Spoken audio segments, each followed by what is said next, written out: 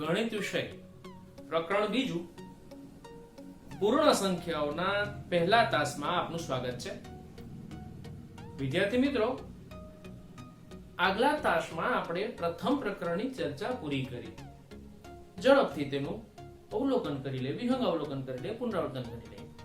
મિત્રો, પહેલા ચેપ્ટરમાં આપણે શું શીખ્યા? તો પહેલા ચેપ્ટરનું નામ હતું સંખ્યા પરિચય અને વિવિધ સંખ્યાઓના ગુણધર્મો વિશે આપણે એમાં વાત કરેલી. સંખ્યાઓનો કોઈ અંત નથી એની ચર્ચા કરી. ઉપરાંત સંખ્યાઓને આંતરરાષ્ટ્રીય પદ્ધતિ પ્રમાણે કઈ રીતે લખી શકાય, એટલે કે અલ્પવિરામનો કઈ રીતે આપણે ઉપયોગ કરો એની વાત કરી. અને અંતે રોમન અંકની વાત કરી અને આપણે આપણું આ પ્રકરણ પૂરું કર્યું. હવે આપણે બીજા પ્રકરણની ચર્ચા કરવા જઈ રહ્યા છીએ, તો ચાલો શરૂ કરીએ. મિત્રો, આપણે પ્રાકૃતિક સંખ્યા વિશે શીખી ગયા છીએ કે જ્યારે કોઈ પણ વસ્તુઓની ગણતરી કરવાની થાય ત્યારે આપણે જે સંખ્યાઓનો ઉપયોગ કરીએ છીએ તેને પ્રાકૃતિક સંખ્યા કહેવાય. દાખલા તરીકે આ આંગળીની વાત કરું તો કેટલી આંગળી છે? તો કે 1 2 3 4. તો અહીં મેં શરૂઆત ક્યાંથી કરી? 1 થી. એનો મતલબ એમ કે પ્રાકૃતિક સંખ્યાની શરૂઆત 1 થી થાય. બીજા શબ્દોમાં કહીએ તો બીજી રીતે તમે એમ પણ કહી શકો કે સૌથી નાનામાં નાની પ્રાકૃતિક સંખ્યા 1 છે. બરાબર? તો પ્રાકૃતિક સંખ્યાની વાત આપણે અગાઉ કરી ગયા છીએ. અહીં આપણે વાત કરવાની છે પૂર્ણ સંખ્યાની. તો પૂર્ણ સંખ્યાની વાત શરૂ કરતા પહેલા આપણે બે વિષય વિશે જોવું જરૂરી છે. સૌથી પહેલું છે પહેલાની સંખ્યા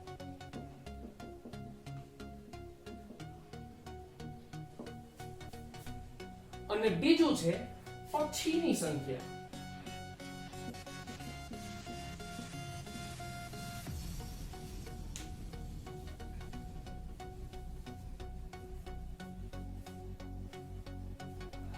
તો પહેલાની સંખ્યાને બીજા શબ્દોમાં કહેશું પૂર્વવર્તી અને પછીની સંખ્યા છે ને બીજા શબ્દોમાં કહેશું પ્રતિવર્તી. તો મિત્રો, પૂર્વવર્તી અને પ્રતિવર્તી શું છે એની ચર્ચા કરીએ. ધારો કે હું એક સંખ્યા લઉં છું 19. તો 19 ની પહેલાની સંખ્યા કઈ થાય? સરસ, તો કે 18. 18 એની પહેલાની સંખ્યા કઈ થાય? સરસ, શું થશે? 17. તો તમે શું કર્યું? તો કે 19 ની પહેલાની સંખ્યા મેળવવા માટે તમે મનમાં 19 માંથી 1 ની બાદબાકી કરી કે 19 માંથી 1 જાય એટલે 18 આવે.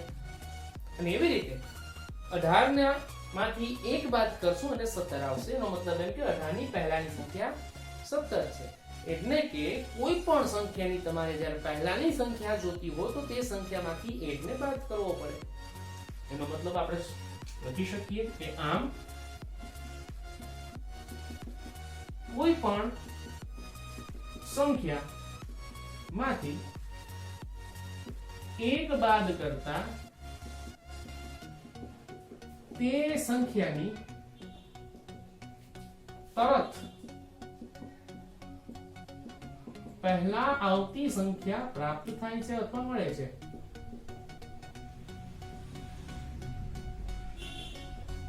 ખ્યાલ આવ્યો? તો આ રીતે તમે લખી નાખો તમારી નોટ્સમાં કે કોઈ પણ સંખ્યાની પહેલાની સંખ્યા મેળવવા માટે આપણે તે સંખ્યામાંથી 1 બાદ કરવો પડે.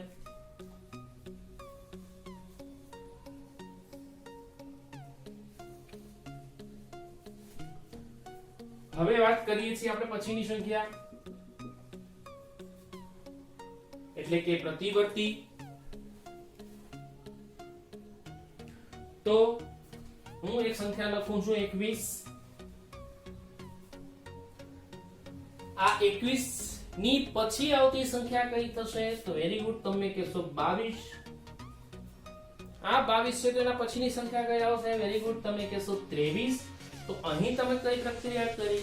સરસ, 21 હતું એમાં આપણે 1 ઉમેરીએ છીએ એટલે 22 આવે છે. 22 છે એમાં જ્યારે 1 ઉમેરશું એટલે આવે છે 23. એનો મતલબ એમ કે કોઈ પણ સંખ્યા, અહીં આપણે વાત કરશું પૂર્ણ સંખ્યા, કોઈ પણ પૂર્ણ સંખ્યા છે એમાં જ્યારે 1 ઉમેરવામાં આવે છે ત્યારે આપણને જે સંખ્યા મળશે એ આપેલી સંખ્યાની તરત પછી આવતી સંખ્યા હશે. ખ્યાલ આવ્યો? તો જેમ આપણે નિયમ લખ્યો એ રીતે પણ આપણે લખી કાઢીએ. શું લખશું? કે આમ કોઈ પણ સંખ્યા માં એક, આપણે અંક લખીએ છીએ, એક ઉમેરતા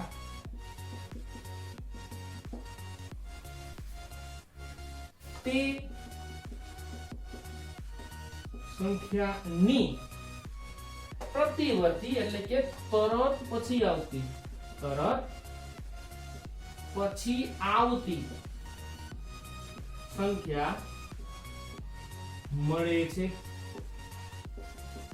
તો આ નોટ તમે લખી લો, આ નોટ છે તમે લખી લો, તમને ખ્યાલ આવશે.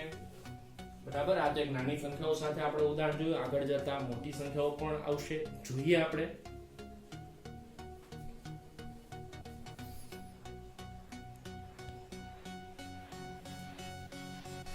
તો મિત્રો, પહેલાની અને પછીની સંખ્યા એટલે કે પૂર્વવર્તી અને પ્રતિવર્તી સંખ્યા વિશે આપણને ખ્યાલ આવી ગયો. હવે તમને કોઈ પણ જ્યારે સંખ્યા આપવામાં આવે તો તમે એ સંખ્યાની પૂર્વવર્તી એટલે કે એની પહેલાની અને પ્રતિવર્તી એટલે કે એની પછીની સંખ્યા તમે કહી શકો. તો મિત્રો, એક સામાન્ય પ્રશ્ન પૂછું છું. આ સંખ્યા છે 1, તો 1 ની તરત પછી આવતી સંખ્યા કઈ થશે? તો સુકી વાત છે કે આપણે 1 માં 1 ઉમેરવો પડે એટલે જવાબ આવશે 2. તો આ જે છે એ એના પછી આવતી સંખ્યા થઈ. હવે વિચારો, આ 1 છે એની પહેલા આવતી સંખ્યા કઈ થાય? તો શું થશે? તો કે આ 1 છે એમાંથી મારે 1 બાદ કરવો પડે. જ્યારે 1 માંથી 1 જાય એટલે જવાબ આવે છે 0. એનો મતલબ એમ કે 1 ની પહેલા આવતી સંખ્યા 0 છે. બરાબર? તો આને ઉપરથી આપણે એક નવી વ્યાખ્યા જોઈએ કે 1 2 3 4 5 બરાબર છે. 1 2 3 4 5 જ્યારે 0 ન હતો ત્યારે આ જે સંખ્યાઓ હતી આપણે એને પ્રાકૃતિક સંખ્યાઓ કહેલી. બરાબર છે? હવે તમે જ્યારે 0 લગાડી દેશો અને આપણને આ જે સંખ્યાઓ મળે છે એને હવે પ્રાકૃતિક સંખ્યા નહીં કહીએ, એને આપણે કહીશું પૂર્ણ સંખ્યાઓ. બરાબર? એટલે પૂર્ણ સંખ્યાઓની વ્યાખ્યા આપણે આવી રીતે આપી શકીએ. પ્રાકૃતિક સંખ્યાઓ જે છે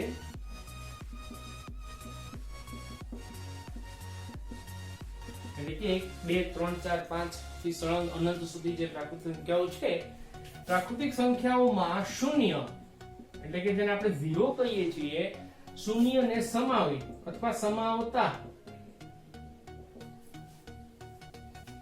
મળતા સંખ્યાગણ અથવા સંખ્યાના સમૂહને આપણને જે નવો સંખ્યા સમૂહ મળ્યો એટલે 0 થી શરૂ થશે. હવે 0 1 2 3 4 5 થી અનંત સુધી આપણે પૂર્ણ સંખ્યાઓ કહીશું.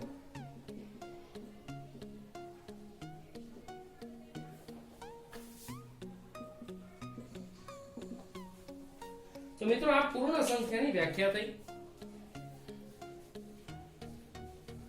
આપણું પ્રકરણ માં આપણે જે વસ્તુ શીખવાના છીએ પૂર્ણ સંખ્યાઓ, આ જે છે એ પૂર્ણ સંખ્યાની વ્યાખ્યા છે. ફરી પાછું એકવાર જોઈ લઈએ કે પ્રાકૃતિક સંખ્યાઓ એટલે કે 1 2 3 4 5 શૂન્ય નથી, આ પ્રાકૃતિક સંખ્યાઓ છે. તો પ્રાકૃતિક સંખ્યાઓમાં જ્યારે શૂન્યને સમાવવામાં આવે છે અને જે આપણે નવો સંખ્યાઓનો સમૂહ મળે છે, નવો સંખ્યાનો આપણે ગણ મળે છે, સમૂહ મળે છે, તેને આપણે પૂર્ણ સંખ્યાઓ કહીશું. યાદ રાખજો, સૌથી નાનામાં નાની પ્રાકૃતિક સંખ્યા કઈ હતી? તો કે 1 હતી. એમ અહીં સૌથી નાનામાં નાની પૂર્ણ સંખ્યા કઈ થશે? તો કે 0 થશે. બરાબર છે? તો આ થઈ પૂર્ણ સંખ્યાઓની વ્યાખ્યા. મિત્રો, હવે આપણે એક નવી વસ્તુ શીખવા જઈ રહ્યા છીએ જેનું નામ છે સંખ્યા રેખા. તો મિત્રો, તમે સૌ રેખાથી પરિચિત છો. અહીં તમે જોઈ શકો છો, અહીં એક રેખા આપેલી છે. આ એક ભૌમિતિક આકાર છે અને એની વિશે આપણે 5મા ધોરણમાં શીખી ગયા છીએ કે રેખા એક એવી અવ્યાખ્યાયિત ભૌમિતિક આકાર છે કે જે બંને છેડે લંબાતી જતી હોય છે, એટલે કે તેનો ક્યાંય અંત નથી. બરાબર. હવે આ રેખા ઉપર આપણે અમુક અંતરે જ્યારે નિશ્ચિત બિંદુ ને અંકિત કરીએ, દાખલા તરીકે હું અહીંયા એક બિંદુ લઉં છું અને નામ આપું છું 0. બરાબર. અને એ શૂન્યની જમણી તરફ એટલે કે આ બાજુ અમુક નિશ્ચિત અંતરે હું ફરી પાછું એક અંકન કરું છું અને ત્યાં આપું છું 1 નંબર. હવે આ બે વચ્ચે જેટલો મેં ગાળો રાખ્યો છે એટલો જ ગાળો 1 થી લઈ અને બીજા બિંદુ સુધી આપણે અંકિત કરી એને આપીએ છીએ 2. બરાબર. એવી રીતે જેટલો ગાળો આ છે એટલો જ ગાળો અહીંથી રાખી અને હું અહીં આપીશ નંબર 3.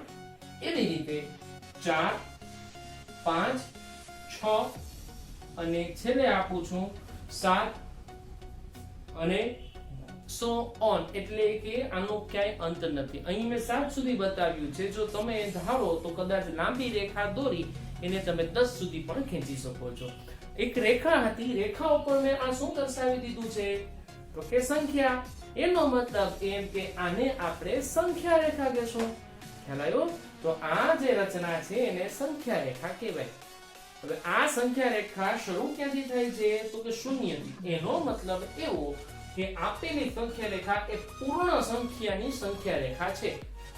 યાદ રાખજો મિત્રો, 0 એ પહેલી સંખ્યા નથી, 7 એ અંતિમ સંખ્યા નથી. બરાબર છે. 7 ની આગળ 8, 9, 10, 11 એવી રીતે સંખ્યાઓ વિસ્તરેલી જ છે અને 0 થી પણ નાની સંખ્યાઓ આવેલી જ છે.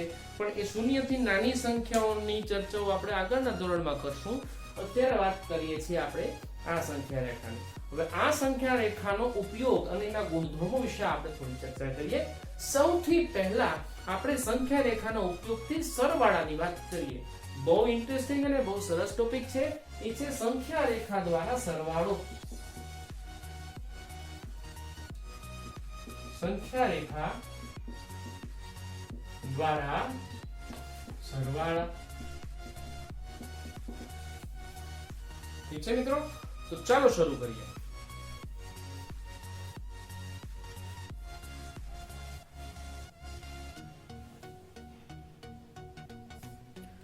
તો મિત્રો સંખ્યા રેખા દ્વારા સરવાળો શરૂ કરતા પહેલા વચ્ચે એક વાત કહેવાની રહી ગઈ કે સંખ્યા રેખામાં તમે જેમ જમણી તરફ જશો એમ સંખ્યા મોટી થતી જાય. એટલે કે 1 કરતા 2 મોટા છે, 2 કરતા 3 મોટા છે, 3 કરતા 4 મોટા છે. બે કોઈ પણ સંખ્યા લઈશ, હું 1 લઉં છું 2 અને 1 લઉં છું 5. બરાબર છે. હું દાખલા તરીકે બે સંખ્યા લઉં છું, 1 લઉં છું 2 અને 1 લઉં છું 5. તો આ બે માંથી કઈ સંખ્યા મોટી થાય તો કે જે સંખ્યા જમણી બાજુ આવેલી હશે એ સંખ્યા મોટી થાય. એનો મતલબ એમ કે અહીંયા 5 છે મોટા છે. બરાબર છે. અને એવી રીતે જ્યારે તમે ડાબી બાજુ આવશો એમ સંખ્યા નાની થતી જાય. એટલે કે 7 કરતા 4 નાના છે એમ કહેવાય. કેમ કે 7 જમણી બાજુ છે, 4 ડાબી બાજુ છે, એટલે 7 કરતા 4 નાના છે એમ કહેવાય. તો આ જે છે એ સંખ્યા રેખાનો એક ગુણધર્મ થયો. ચાલો હવે આપણે વાત કરીએ છીએ સરવાળાની. ધારો કે હું એક સરવાળો લઉં છું 2 વત્તા 4 નો.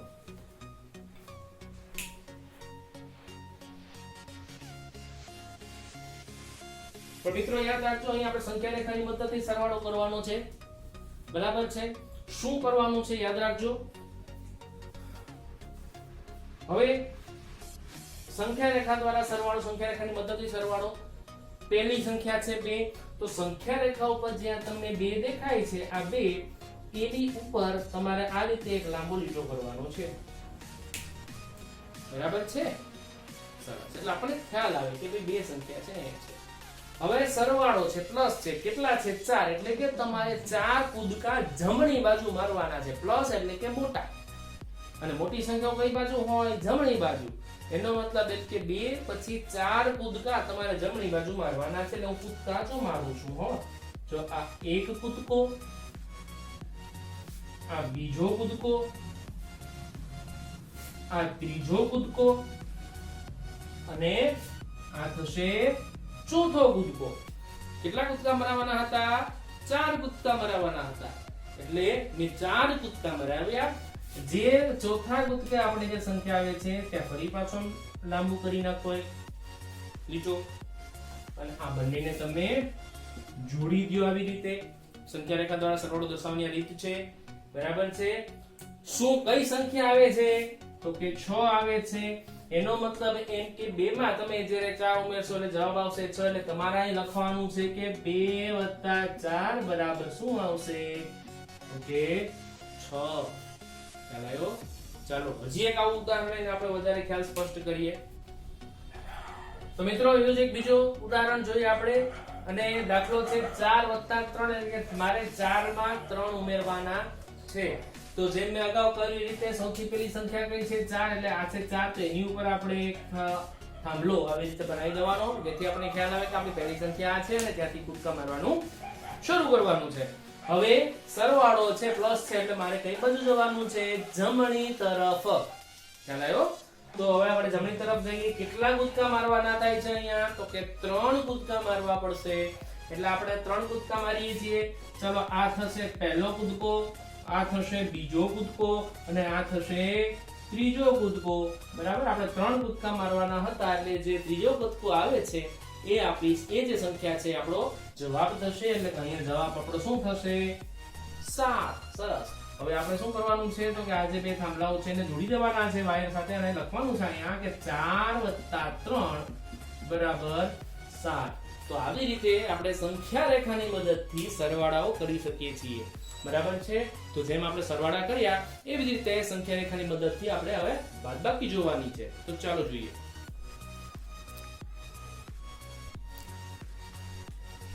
તો મિત્રો હવે આપણે સંખ્યા રેખાની મદદથી બાદબાકીની વાત કરવાની છે સરવાળામાં આપણે જેમ જોઈ ગયા કે આપણે જમણી બાજુ કૂદકા મારતા હતા કેમ કે સરવાળામાં સંખ્યાઓ મોટી થતી જતી હોય છે અને બાદબાકી છે તો બાદબાકીમાં સંખ્યાઓ નાની થતી જતી હોય છે એટલા માટે આપણે કૂદકા મારવાના છે પણ કઈ દિશામાં ઊંધી દિશામાં એટલે કે જમણી બાજુથી આપણે ડાબી તરફ આવવાનું થાય છે બરાબર છે કેમ કે ડાબી તરફ નાની સંખ્યાઓ હોય છે ખાસ યાદ રાખજો સરવાળો હોય ત્યારે તમારે જમણી તરફ કૂદકા મારવાના છે બાદબાકી હશે ત્યારે તમારે ડાબી તરફ કૂદકા મારવાના છે પદ્ધતિ એની જે રીત છે એ સેમ રહેશે એ જ રહેશે ચાલો શરૂઆત કરીએ છીએ અહીંયા પહેલી સંખ્યા છે 7 એટલે જે 7 સંખ્યા છે ત્યાં મેં કીધું રીતે આ રીતે લાંબો લીટો કરી લેવાનો છે એટલે આપણને ખ્યાલ આવે કે આપણી પહેલી સંખ્યા છે ત્યાંથી આપણે કૂદકા મારવાની શરૂઆત કરવાની છે એટલે ભૂલ ના પડે બરાબર છે કેટલા કૂદકા મારવાના છે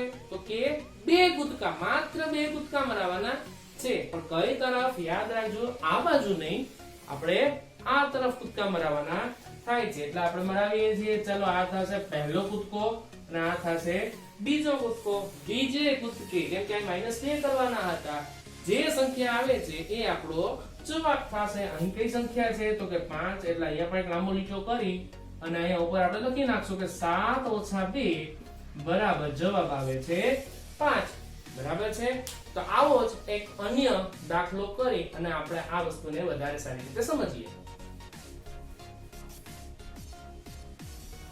તો એવો જ એક બીજો દાખલો છે 6 - 4 6 માંથી આપણે 4 ને બાદ કરવાના છે સંખ્યા રેખાની મદદથી તો એ જ રીત કે સૌથી પહેલી સંખ્યા 6 છે એટલે કે જે 6 સંખ્યા છે ત્યાં આ રીતે લાંબો લીટો કરશો એટલે ખ્યાલ આવે કે આપણે કૂદકા ત્યાંથી મારવાના છે ત્યાર પછી શું છે બાદબાકીની નિશાની છે એનો મતલબ એમ કે મારે કૂદકા ડાબી બાજુ તરફ મારવાના છે કેટલા કૂદકા મારવાના છે તો કે 4 કૂદકા મારવાના છે તો ચાલો જોઈ લઈએ શું થશે તો કે આ પહેલો કૂદકો આ બીજો કૂદકો આ ત્રીજો કૂદકો અને આ થશે આપણો ચોથો કૂદકો બરાબર છે જે સંખ્યા આવે છે એ આપણો જવાબ છે આપણે ખ્યાલ છે એટલે ત્યાં આપણે લાંબો લીટો કરી અને આ બંનેને જોડી દેશું અને ઉપર લખી નાખશું કે 6 - 4 બરાબર 2 તો આવી રીતે સંખ્યા રેખાની મદદથી આપણે સરવાળો તેમજ બાદબાકી કરી શકીએ છીએ તો મિત્રો સંખ્યા રેખા દ્વારા સરવાળા અને બાદબાકીની વાત કરી લીધા પછી હવે આપણે વાત કરવાની છે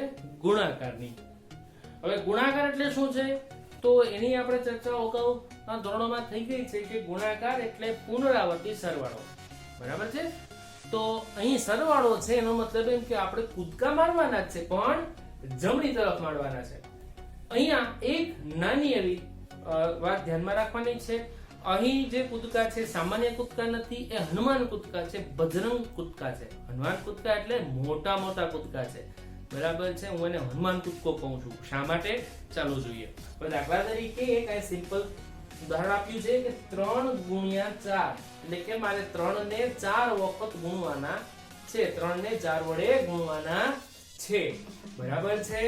પહેલી સંખ્યા કઈ છે 3, ભૂલ ન કરતા અહીંયા તમારે અહીંયા સંખ્યા નથી લેવાની, તમારે શરૂઆત અહીંયાથી જ કરવાની, શૂન્યથી, બરાબર છે। પણ ક્યાં સુધીની તો કે અવળી, એટલે પહેલો કૂદકો તમારે છે કેવડો કરવાનો છે તો કે અવળો, બરાબર છે। કેટલી સંખ્યા વચ્ચે આવી ગઈ તો કે 3 સંખ્યા। હવે દરેકે દરેક કૂદકામાં તમારે 3 સંખ્યા ઠીકતી જવાની છે। હવે આપણે કેટલા કૂદકા મારવાના છે તો જોઈએ તો કે 4 કૂદકા મારવાના છે। જો પહેલો કૂદકો લાગી ગયો છે, બીજો કૂદકો તો કે 3 ઠેકાડવાના છે, એટલે 1 2 અને 3 ક્યાં સુધી આવશે તો કે 6 સુધી। આ થઈ ગયો બીજો કૂદકો, બરાબર। આ પહેલો કૂદકો થયો, આ બીજો કૂદકો થયો। હવે ત્રીજો કૂદકો, ફરી પાછા કેટલા ઠેકાડવાના છે 3 ઠેકાડવાના છે, 1 2 અને 3 ક્યાં સુધી આવશે અહીંયા સુધી। આ થઈ ગયો ત્રીજો કૂદકો, ખ્યાલ આવ્યો। અને એવી રીતે ચોથો કૂદકો, એમાં પણ કેટલા ઠેકાડવાના છે 3 ઠેકાડવાના છે, એટલે કે 1 2 અને 3 અહીંયા। આ થઈ ગયો ચોથો કૂદકો। શું જવાબ આવ્યો તો કે 12, બરાબર। એનો મતલબ એમ કે અહીંનો જવાબ આપણને મળશે 3 ગુણ્યા 4, 3 ચોક જવાબ આવશે 12। શું યાદ રાખવાનું છે ફરી પાછું એકવાર કહું છું, શરૂઆત હંમેશા શૂન્યથી થશે। ગુણાકારની શરૂઆત સંખ્યા રેખા દ્વારા ગુણાકાર કરવો હોય એની શરૂઆત હંમેશા શૂન્યથી થશે। પહેલી જે સંખ્યા છે શૂન્યથી પહેલો કૂદકો એટલી સંખ્યાનો મારવાનો થાય છે। કેટલી સંખ્યા છે અહીંયા 3, એટલે કે શૂન્યથી પહેલો કૂદકો 3 સુધી, બરાબર। અને પછીના દરેક કૂદકા આ પહેલી સંખ્યા અનુરૂપ આપણે મારતા જવાના છે, અને અંતે આપણે જે જવાબ મળશે એ આપણો ગુણાકાર થશે। તો મિત્રો આવી રીતે સંખ્યા રેખા દ્વારા અન્ય ગુણાકારની વાત કરીએ તો તમને હું 2 ગુણાકાર એવા આપું છું કે જે તમારે સંખ્યા રેખા દ્વારા શોધવાના છે। પહેલો ગુણાકાર તમારે કરવાનો છે 2 ગુણ્યા 6 નો, બરાબર છે, સંખ્યા રેખા દ્વારા કરજો। અને જે બીજો ગુણાકાર તમને હું આપું છું એ આપું છું 4 ગુણ્યા 3 નો, ખ્યાલ આવ્યો?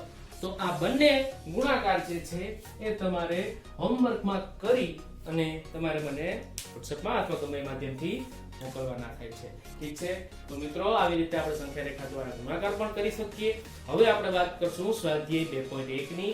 તો ચાલો તમારું પાઠ્યપુસ્તક કાઢો, તમારી નોટ કાઢો, અને સાથે સાથે આપણે એના જે દાખલાઓ, જે પ્રશ્નો છે એનું આપણે સમાધાન કરતા જઈએ।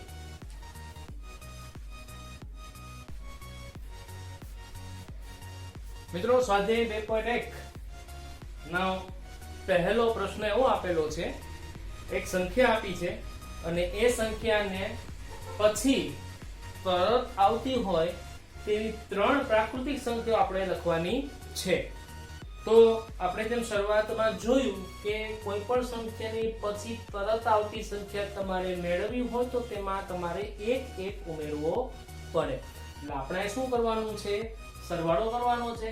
એટલે આપણે આ રીતે લખશું કે 10,999, બરાબર, અપરિણામ નહીં લખું, અને એમાં હું 1 ઉમેરું છું, બરાબર છે। એટલે જવાબ શું આવશે તો કે 11,000, બરાબર। આપણી આના પછી તરત આવતી પહેલી પ્રાકૃતિક સંખ્યા થઈ।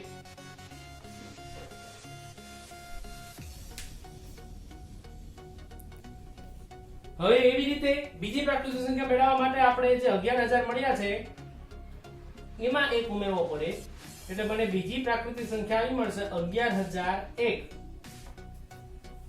અને એવી રીતે ત્રીજી સંખ્યા મેળવવા માટે હું શું કરીશ તો કે 11,001 મળ્યો છે એમાં હું 1 ઉમેરીશ, એટલે મને મળશે 11,002। કરાયો? એટલે આપણે કઈ રીતે લખશું તો આવી રીતે લખવાનું કે આમ 10,999 ના પછી તરત આવતી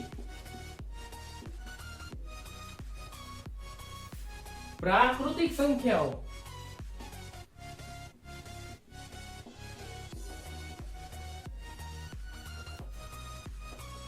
કઈ છે તો કે 11,000, 11,001 અને 11,002 છે.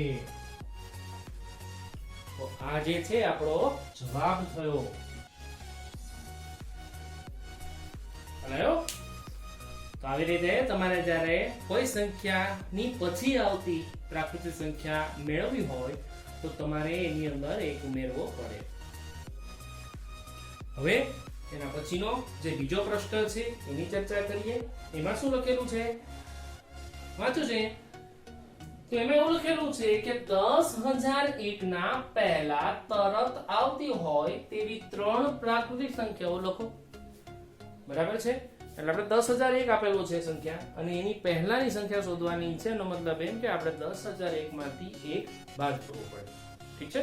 તો ચાલો જોઈએ શું કરવાનું છે. તો કે 10,001 એટલે અહીંયા આપણે લખવું પડશે અહીંયા કે બાદબાકી કરવાની છે. એટલે આપણે શું કરશું? તો કે 10,001 માઈનસ 1. ઠીક છે? એટલે એક એક જશે એટલે 0. બરાબર? અને શું આવશે જવાબ? તો કે પહેલો આવશે 10,000. ઠીક છે? હવે હજી આપણે શોધવાની છે. હજી કેટલી શોધવાની છે? એક શોધવાની. હજી આપણે બે શોધવાની છે. એટલે આનો આપણે બે વખત બાદબાકી કરવી પડશે. બીજું આવું થશે. હવે આ જે સંખ્યા એક છે 10,000 એમાંથી એક બાદ કરવાનો છે. તો કે 0 માંથી એક જશે એટલે દસકો લેવો પડશે. બરાબર છે? અહીંથી દસકો આવશે એટલે અહીંયા આવશે 9, અહીંયા પણ 9, અહીંયા પણ 9 અને અહીંયા આવશે 0. એટલે અહીંયા આવશે 10. 10 માંથી એક જાય એટલે 9 અને જવાબ આવશે 9,999. હજી આપણે એક સંખ્યા શોધવાની છે. એટલે શું આવશે? તો કે જે 9,999 મળ્યું છે એમાંથી પણ આપણે એક બાદ કરવાનો છે. એટલે મને એનો જવાબ મળશે 9,998. ખ્યાલ આવ્યો? તો હવે આને આપણે કઈ રીતે લખશું? આપણી 3 સંખ્યાઓ થઈ ગઈ છે એટલે આપણે લખશું કે આમ કઈ સંખ્યા હતી? તો કે 10,001. અને ઘણા મિત્રો 1,001 માં લખતા હોય છે પણ હકીકતમાં શું છે? આ 10,001 છે. 10,001 ના પહેલા તરત આવતી પ્રાકૃતિક સંખ્યાઓ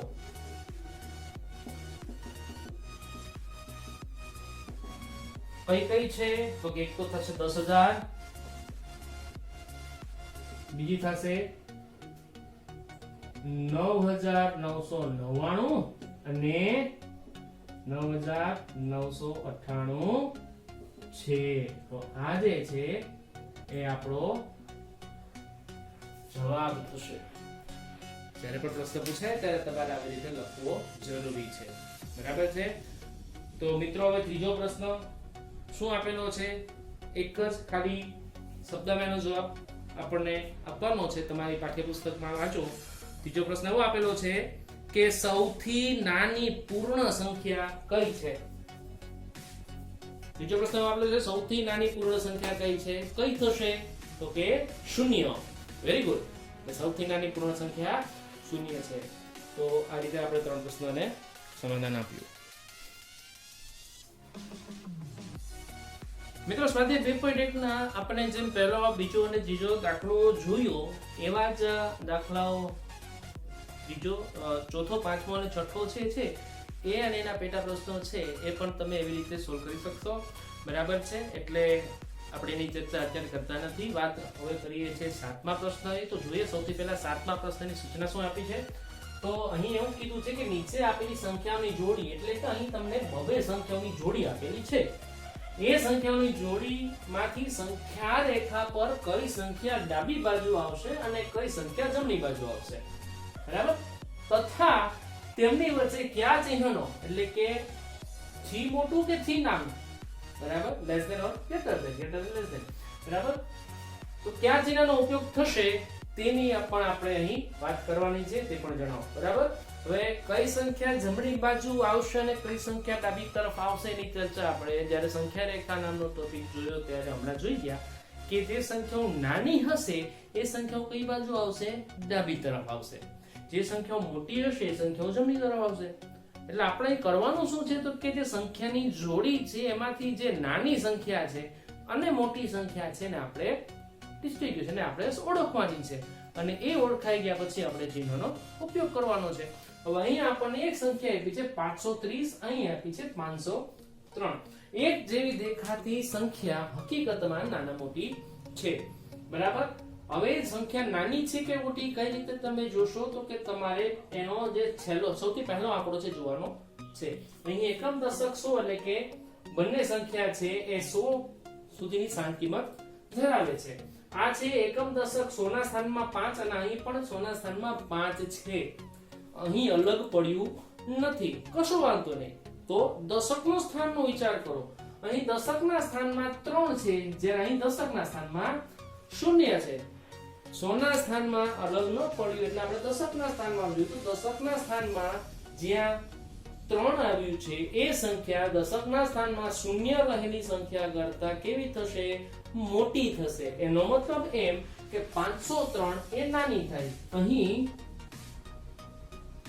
503 એ 530 કરતા નાની છે. ખ્યાલ આવ્યો? અહીં 503 એ 530 કરતા નાની છે. આથી સંખ્યા રેખા પર 503 એ 530 ની કઈ બાજુએ આવશે? વિચારો. Very good. હમણાં કીધું એ રીતે કઈ બાજુ આવશે? ડાબી બાજુએ. ડાબી બાજુએ હશે. અને આપણે તેનું ચિહ્ન પણ બતાવવાનું છે. તથા પહેલા લખું છું 530, પછી લખું છું 503. હવે આપણે પ્રાથમિક ધોરણમાં ભણી ગયા છીએ લાલચુ મગરની વાર્તા કે જે સંખ્યા મોટી હોય એ સંખ્યા તરફ મગર છે એ પોતાનું મોઢું ખોલે. અહીં 530 મોટા છે એટલે આપણું જે ચિહ્ન છે એ આ રીતનું આવશે. બરાબર છે. તો આવી રીતે આપણે બાકીના પ્રશ્નોનું સોલ્યુશન જોવાનું છે. તો હવે એના પછીની વાત કરીએ. એના પછીની જે સંખ્યા છે એ આના જેવી જ છે. બરાબર. અહીં 530 અને 503 ની વાત હતી, અને 370 અને 307 ની વાત છે. તો વિચારો શું થશે? તો અહીં પણ બંનેની જે 100 ની સંખ્યા છે એ સમાન છે એટલે આપણે જ્યાંથી અલગ નહીં કરી શકીએ. દશકનું સ્થાન જોઈએ તો અહીં 7 છે, અહીં દશકના સ્થાનમાં 0 છે. એનો મતલબ એવો કે આ સંખ્યા છે એ પહેલી સંખ્યા કરતા કેવી થશે?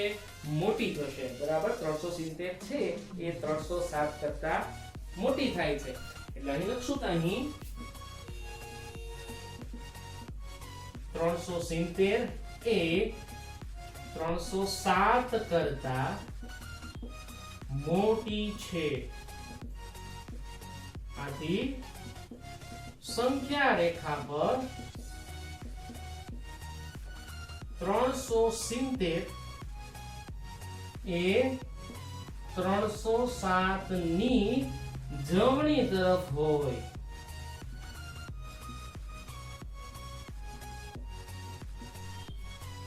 ઠીક છે. અને આપણે ચિહ્ન પણ બતાવી દે. તથા 370 307 ચિહ્ન કેવું આવશે? તો અહીં પણ આવું ચિહ્ન આવશે કેમ કે 370 છે એ મોટા છે. ખ્યાલ આવ્યો? તો આવી રીતે આપણે સામાન્ય સંખ્યાઓની વાત કરીએ. હવે મોટી સંખ્યાની વાત કરીએ છીએ. તો સી અને ડી માં બે મોટી સંખ્યાઓ આપેલી છે. ચાલો વિચારીએ. હવે અહીં મોટી સંખ્યા છે તો સૌથી પહેલા તમારે સંખ્યાનું સ્વરૂપ જોવાનું. એકમ દશક 100 1000 10000 એટલે આનું નામ થશે 98765. એકમ દશક 100 1000 10000 એટલે આ થશે 56789. બંને 10000 ની સ્થાન કિંમત ધરાવતી સંખ્યાઓ છે, 5 અંકની સંખ્યાઓ છે. કોઈ પણ સંખ્યા નાની છે કે મોટી કઈ રીતે ખ્યાલ આવે? આપણે અગાઉના ધોરણોમાં શીખી ગયા છીએ કે તમારે એકમનો અંક નહીં પણ સૌથી આગળની સંખ્યા જોવાની છે. જે આગળની સંખ્યા મોટી હશે એ સંખ્યા મોટી ગણાશે. તો અહીં તમે જોશો તો એકમનો અંક નથી જોવાનો, આપણે શું જોવાનું છે? સૌથી આગળનો અંક જોવાનો છે. અહીં 9 છે, અહીં 5 છે, એનો મતલબ શું થશે? તો કે આ સંખ્યા છે એ આના કરતા મોટી થાય. બરાબર? એટલે અહીંયા આપણે આવી રીતે જ લખશું કે અહીં 98765 એ 56789 કરતા મોટા છે અથવા મોટી સંખ્યા છે. બરાબર? આથી 98765 એ 56789 ની સંખ્યા રેખામાં જેમ નિરૂપણ કરશું ત્યારે કઈ બાજુ આવશે? તો કે આ મોટી છે એટલે આવશે જમણી તરફ.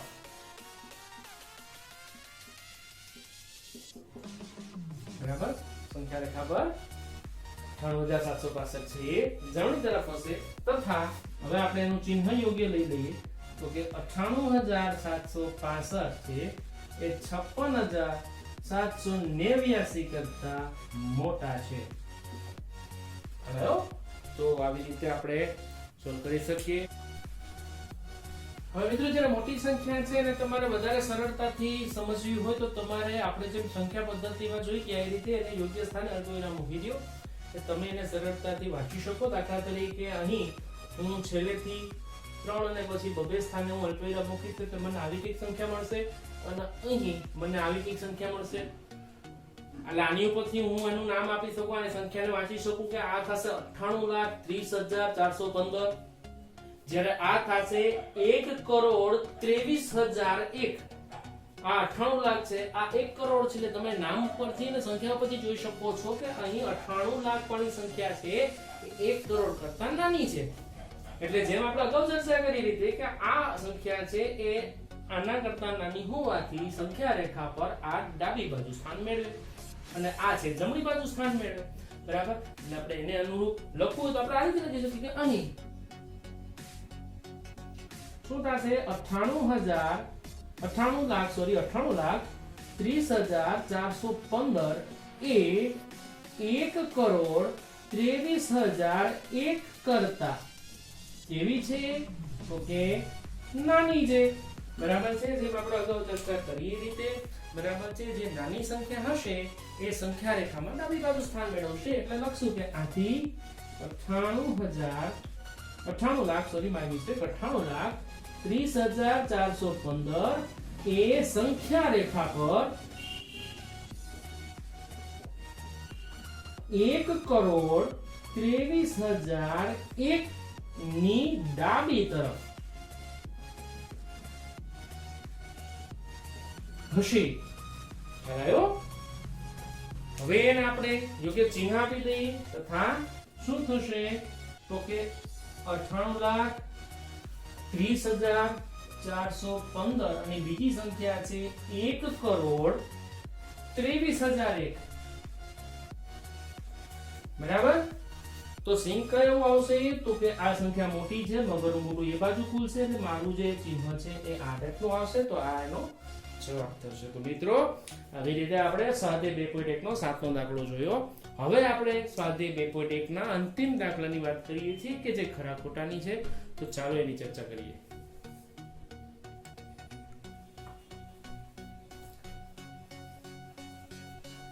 મિત્રો 2.1 નો 8મો પ્રશ્ન છે એ આપણે ખરા ખોટા આપ્યા છે.